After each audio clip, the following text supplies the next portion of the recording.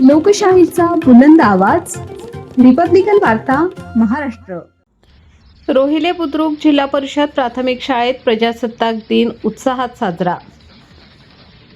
नाशिक जिल्ह्याच्या नांदगाव तालुक्यातील रोहिले बुद्रुक येथील जिल्हा परिषद प्राथमिक शाळेत भारतीय प्रजासत्ताक दिनानिमित्त सोमवार दिनांक 26 जानेवारी 2025 रोजी मोठ्या उत्साहात कार्यक्रम पार पडला.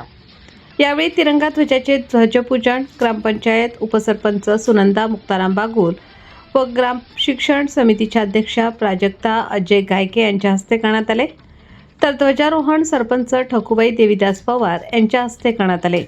प्रजासत्ताक दिनानिमित्त जिल्हा परिषद प्राथमिक शाळा व अंगणवाडीतील विद्यार्थ्यांची संपूर्ण गावातून प्रभात फेरी काढण्यात आली.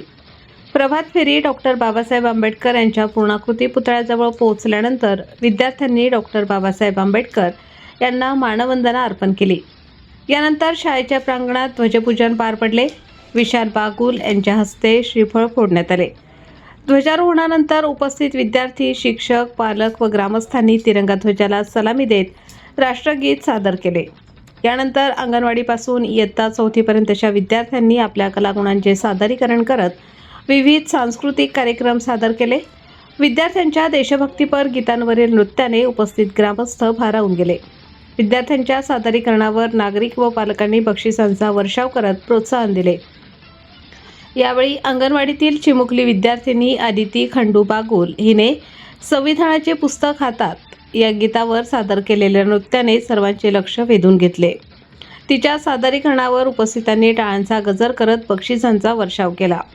या कार्यक्रमात सरपंच ठकूबाई देवीदास पवार, उपसरपंच सुनंदा मुक्ताराम बागुल, ग्रामपंचायत सदस्य सोपान गायके, शिंदेताई, माजी सदस्य सुरेश बागुल, माजी सरपंच साहेबराव बागुल, शिवराम पवार, नवनाथ पवार, अनिल केशव बागुल, रवींद्र यादव बागुल, कैलास रामहरी गायके, रवींद्र रतन बागुल, अशोक चंद्रभान गायके, राजेंद्र जगन्नाथ गायके, विजय भाऊसाहेब गायके, रवींद्र काळू पवार, संदीप भास्कर बागुल, अंगणवाडी सेविका संगीता कुलकर्णी, अर्चना बागुल, मदतनीस इंदिरा पवार, पूजा पवार, जिल्हा परिषद प्राथमिक शाळेचे मुख्याध्यापक किरण सूर्यवंशी, पाटील सर तसेच गावातील महिला वर्ग, पालक व नागरिक मोठ्या संख्येने उपस्थित होते.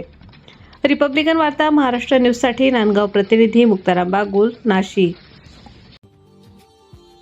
Subscribe now and press the bell icon. Never miss an update.